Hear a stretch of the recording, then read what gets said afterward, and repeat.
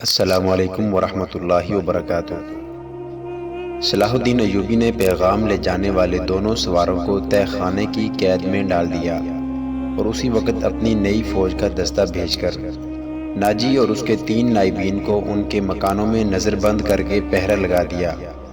ناجی کے حرم کی تمام عورتیں آزاد کر دی گئی، اس کے ذاتی خزانے کو سرکاری خزانے میں ڈال دیا گیا اور ساری کارروائی خفیہ رکھی گئی۔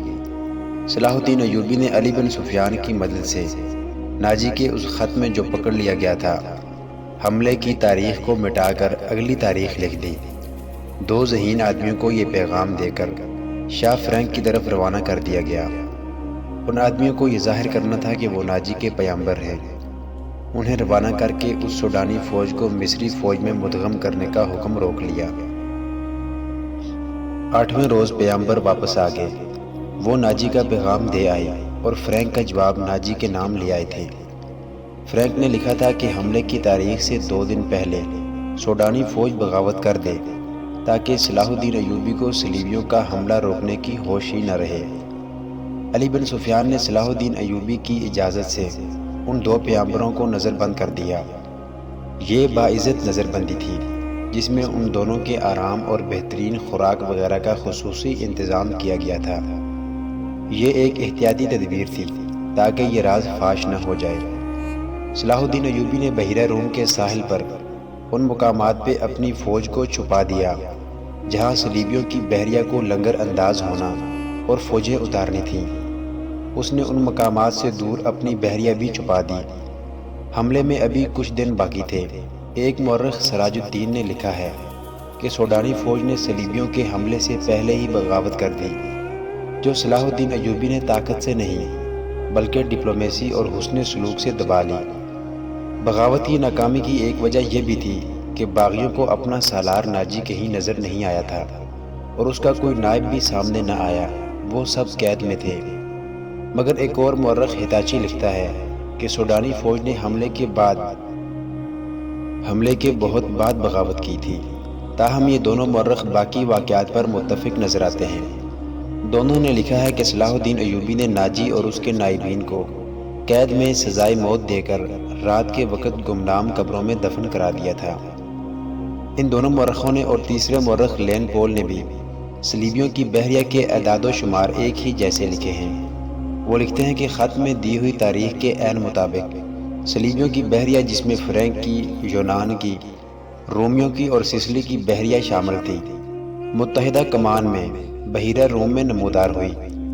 مورخوں کے اعداد و شمار کے مطابق جنگی جہازوں کی تعداد 150 تھی۔ اس کے علاوہ 12 جنگی جہاز بہت بڑے تھے۔ ان میں مصر میں اتارنے کے لیے فوج تھی۔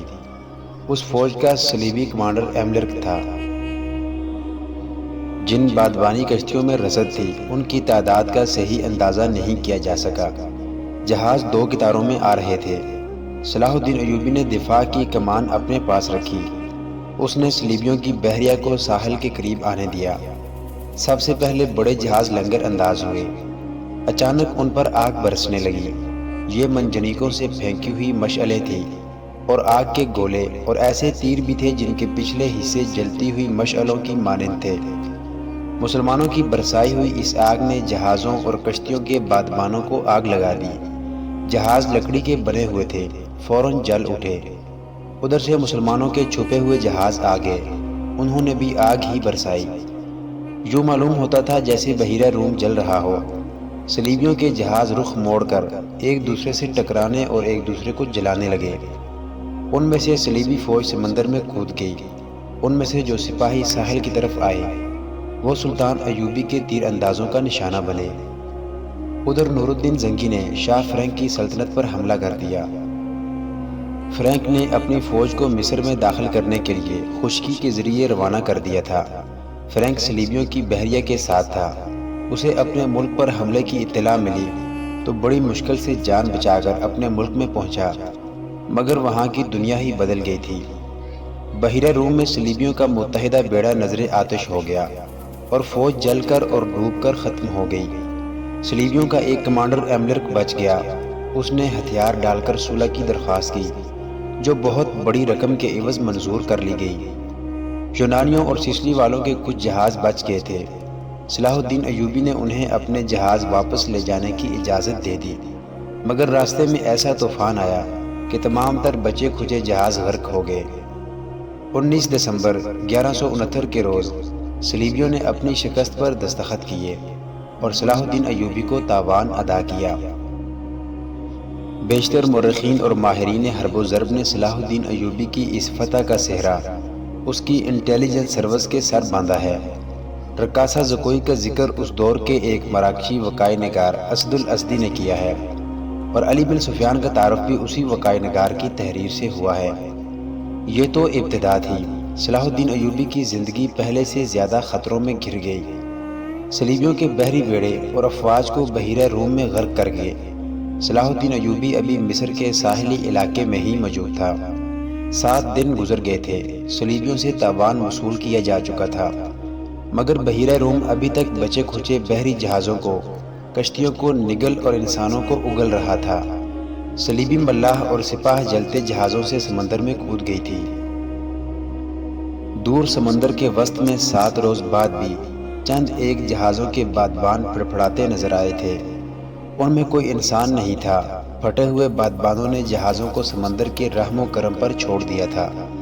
صلاح الدین ایوبی نے ان کی تلاشی کے لیے کشتیاں روانہ کر دی تھیں اور ہدایت دی تھی کہ اگر کوئی جہاز یا کشتی کام کی ہو تو وہ رسوں سے گھسیٹ لائیں، اور جو اس قابل نہ ہوں ان میں سے سامان اور کام کی دیگر چیزیں نکال لائیں۔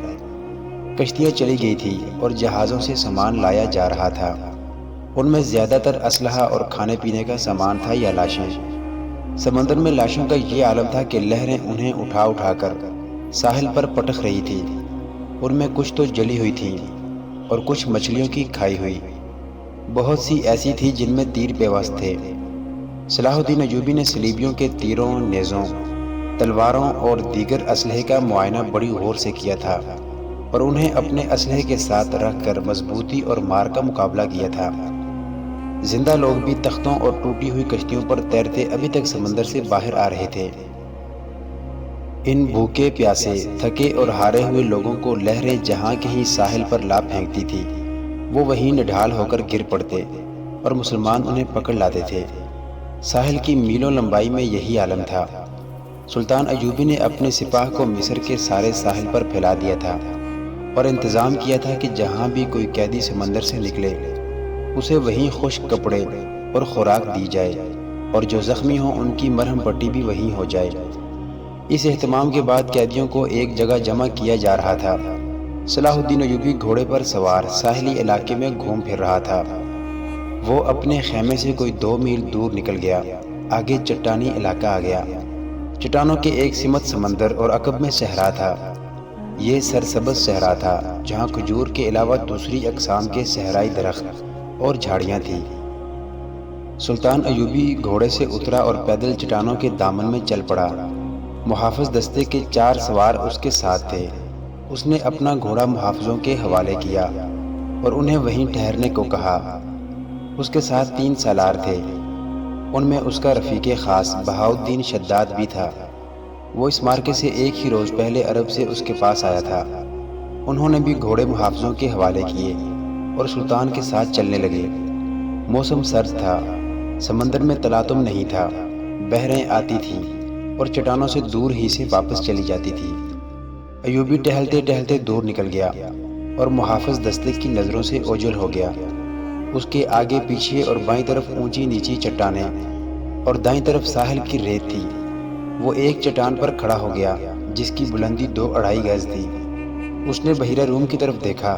یوں معلوم ہوتا تھا جیسے سمندر کی نلاہٹ سلطان ایوبی کی آنکھوں میں اتر آئی ہو۔ اس کے چہرے پر فتح و نصرت کی مسرت تھی اور اس کی گردن کچھ زیادہ ہی تن گئی تھی۔ اس نے ناک سکیڑ کر کپڑا ناک پر رکھ لیا۔ بولا، کس قدر تعفن ہے۔ اس کی اور سالاروں کی نظریں ساحل پر گھومنے لگیں۔ پھڑپھڑانے کی آوازیں سنائی دیں، پھر ہلکی ہلکی چیخیں اور سیٹیاں سی سنائی دیں۔ اوپر سے 3-4 گدھ پر پھیلائے اترتے دکھائی دیے اور چٹان کی اوٹ میں جدھر ساحل تھا اتر گئے۔ ایوبی نے کہا، لاشیں ہیں۔ ادھر گیا تو 15-20 گز دور گدھ 3-4 لاشوں کو کھا رہے تھے۔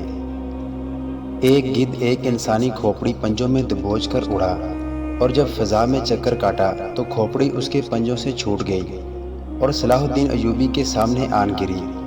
کھوپڑی کی آنکھیں کھلی ہوئی تھیں، جیسے صلاح الدین ایوبی کو دیکھ رہی ہو۔ چہرے اور بالوں سے صاف پتہ چلتا تھا کہ کسی صلیبی کی کھوپڑی ہے۔